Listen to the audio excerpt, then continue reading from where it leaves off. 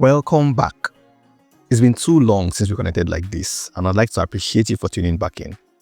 January and most of February were filled with lots of activities that kept me away from you, but it's great to be back. This year, we're not just doing audio podcasts, we will also be dropping lots of content on our Instagram page and hosting occasional guest episodes where we will discuss real issues. So, follow us on Instagram at Murphy's Notes and subscribe to our YouTube channel. And if you haven't seen our anniversary episode yet, you should definitely check it out. I had an interesting conversation with two of my friends, Wale and AG, about balancing money, relationships, and career. So I'll begin today's episode by wishing you a happy new year. Now, I know it feels a little out of place to wish you a happy new year when we are already 2 months in, but hear me out. At the beginning of every year, most people map out the things they want to do and the goals they want to achieve in the new year. You pursue these goals aggressively for like the first 3 weeks of the year, and if your strength carries you, you can go a little further into early February.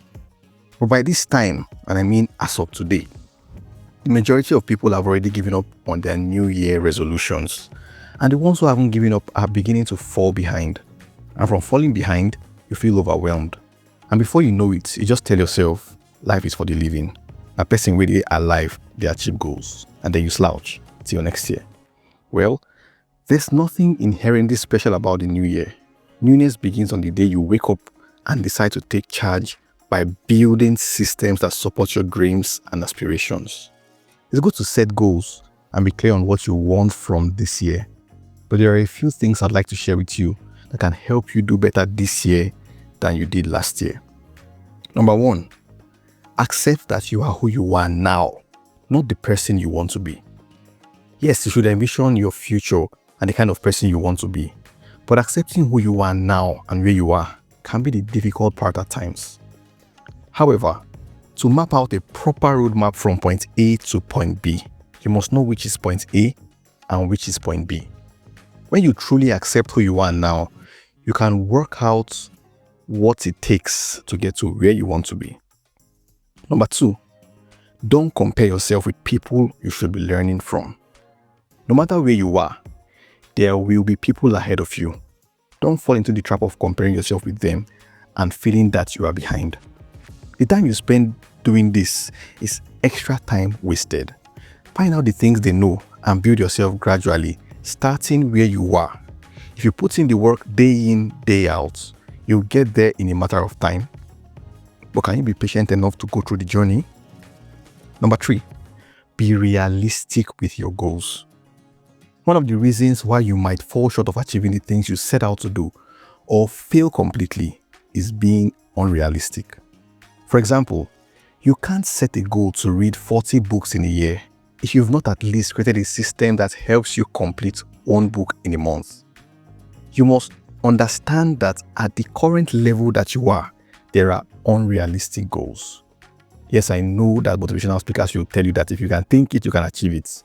This may be true, but there must be systems in place to support the achievement of your goals. And you shouldn't also downplay the place of gradual growth. That's why we were taught ABC in school before we learned 2-letter words, 3-letter words, and then sentences, baby steps. Number 4, understand the steps you need to take to get to the goals that you have set. Make a plan and break it down into actionable steps and milestones so you can measure your progress. For instance, if your goal is to have 100,000 naira or $5,000 in savings at the end of the year, you might need to break this down into quarterly, monthly, weekly, and daily goals. Breaking it down this way gives you a frame of reference and helps you compare where you are at every point in time to where you should be with respect to your overall goal. It also helps you to clearly see where you need to make adjustments. Number 5, write down your goal and your plan. Research has shown that people who write down their goals are more likely to achieve them than people who don't. Yes, we know that your goal is in your head, but write it down. Writing crystallizes thoughts. It brings it to life as you visualize it. You might also want to place your goals in a spot where you are constantly reminded of them. It could be on a vision board in your room or office where you can see it regularly, or on your phone wallpaper, somewhere that ensures that it's constantly in your face. But I personally like to keep my goals in a place where it's not visible to a lot of people, because you just might get unsolicited opinions from well-meaning individuals that may derail or discourage you. Number 6, what happens when you falter? Particularly if you are trying to form a new habit or if you set stretch goals, there may be days that you falter. There may be times when you fall behind on your goals. What should you do on days like this? On one hand, you may respond by beating yourself over about how you are not good enough and how you never reach your goal. This will only lead to more time wasted, and the longer you stay in this state, the more difficult it becomes for you to get back up. On the other hand, you may decide to remind yourself that you are on a journey and it takes time to master a new habit. Sometimes, goal setting is not so much about attaining the goals themselves as it is about being further away from the starting point than you would have been if you didn't set the goal in the first place. So even if you do not achieve the goal you set, you have a higher chance of getting closer to where you want to be if you set a goal and make a plan than if you don't. Number 7, don't let your bad days trick you into thinking you have a bad life. There will be bad days, especially if you set big goals for yourself. There will be bad days. There will be days when everything just seems out of control, or where it feels like the entire universe is working against you. But dwelling on the bad days only multiplies them. Choose instead to always look on the brighter side and be grateful for the areas of your life where you are currently winning. Stay positive and remember that whatever you focus on expands. What are you focusing on? Number 8, be unapologetically you.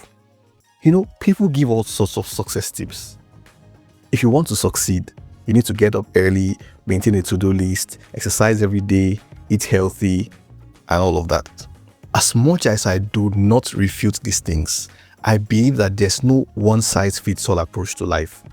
The fact that someone followed a formula and succeeded does not guarantee that you will succeed with the same formula. It may increase your chances, yes, but sometimes you need to find your own formula, particularly a formula that supports your journey from where you are now. Some people are early starters like me. I like to wake up early and start my day before everywhere begins to get noisy and different things compete for my attention. But I also know people who would have a miserable day if they wake up as early as I do.